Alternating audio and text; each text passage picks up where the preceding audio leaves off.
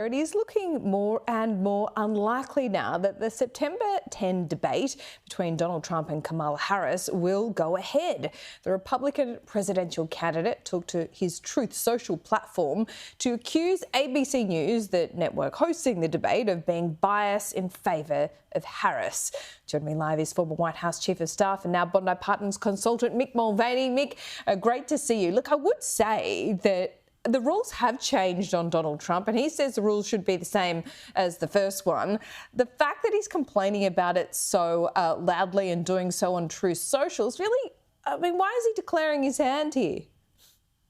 He's not. He's playing a game. He's sort of taunting the other side. Look, we are all the way down at the schoolyard level right now, Laura. So in the last couple of hours, we've heard stories out now that the Harris team wants to make sure that the microphones are turned on all of the time. Keep in mind, back when in that debate with Joe Biden 6 or 8 weeks ago, now the microphones very famously were turned off when the candidate's time expired. Now the Harris team wants those turned on. The Trump team still wants them to be turned off. The Trump team also responded by saying, oh, and by the way, the Kamala Harris team asked that we do this sitting down instead of standing up. So that's literally the things that we're fighting about right now, which I think leads me to the same conclusion that you opened with, which is I don't think we're going to see one. There's still a chance, really? But I think it's more likely than not that we don't have any presidential debates. No way. So,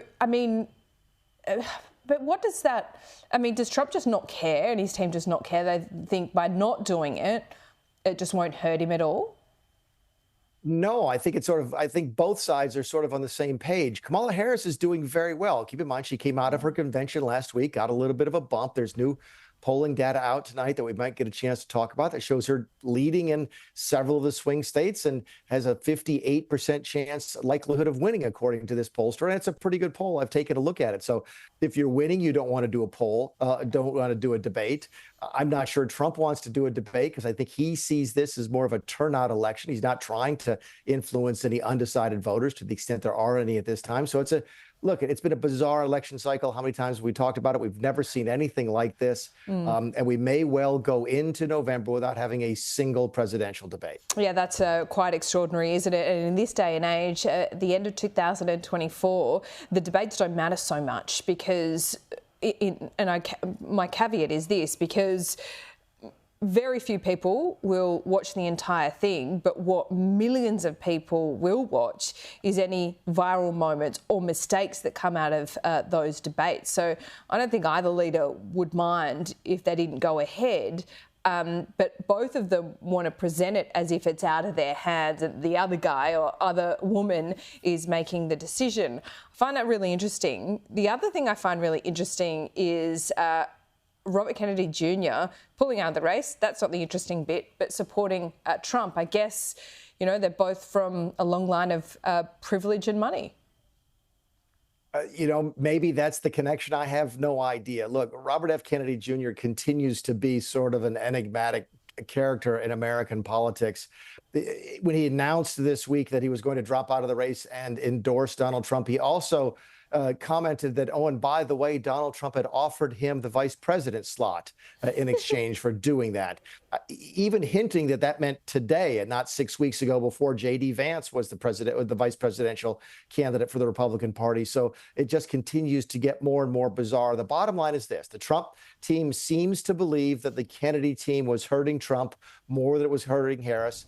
And the Kennedy team seems to agree with that. They seem to have come to the conclusion that they were actually going to help Kamala Harris, and they're not interested in doing that. At the end of the day, I don't think it makes that much of a difference. The folks who are voting for Kennedy are probably more likely not to vote than they are to vote for either Kamala Harris or Donald Trump. He was sort of the place where people who didn't like any of the candidates would go to hide, or at least go to sort of voice their opposition to the way things were going. So it's going to make a news splash. There's no question about it. Yeah. It may count for a handful of votes, but I don't think it changes the outcome at all. A new polling out today. What does that tell us? Kamala Harris has had a really, really good 6 weeks. It's been just bizarre, LJ. I mean, it just has to go from a vice president that not that many people knew with an approval rating in the low 30s as recently as 6 months ago to leading nationwide by 4 or 5 or more points, and even leading in those critical swing states, Pennsylvania, Michigan, Wisconsin, even maybe Arizona by more than the margin of error. It's been just a tremendous burst of momentum from the Kamala Harris campaign. So look, if the election were today, she would likely win. That doesn't mean the pendulum's not going to change 2 or 3 times between now and November, but she's had an extraordinary 4 weeks. Right now, the election is hers to lose. Seems like it. Mick Mulvaney, always good to talk to you. We'll check in soon. Yeah, maybe it'll change by next week. Who knows, Laura?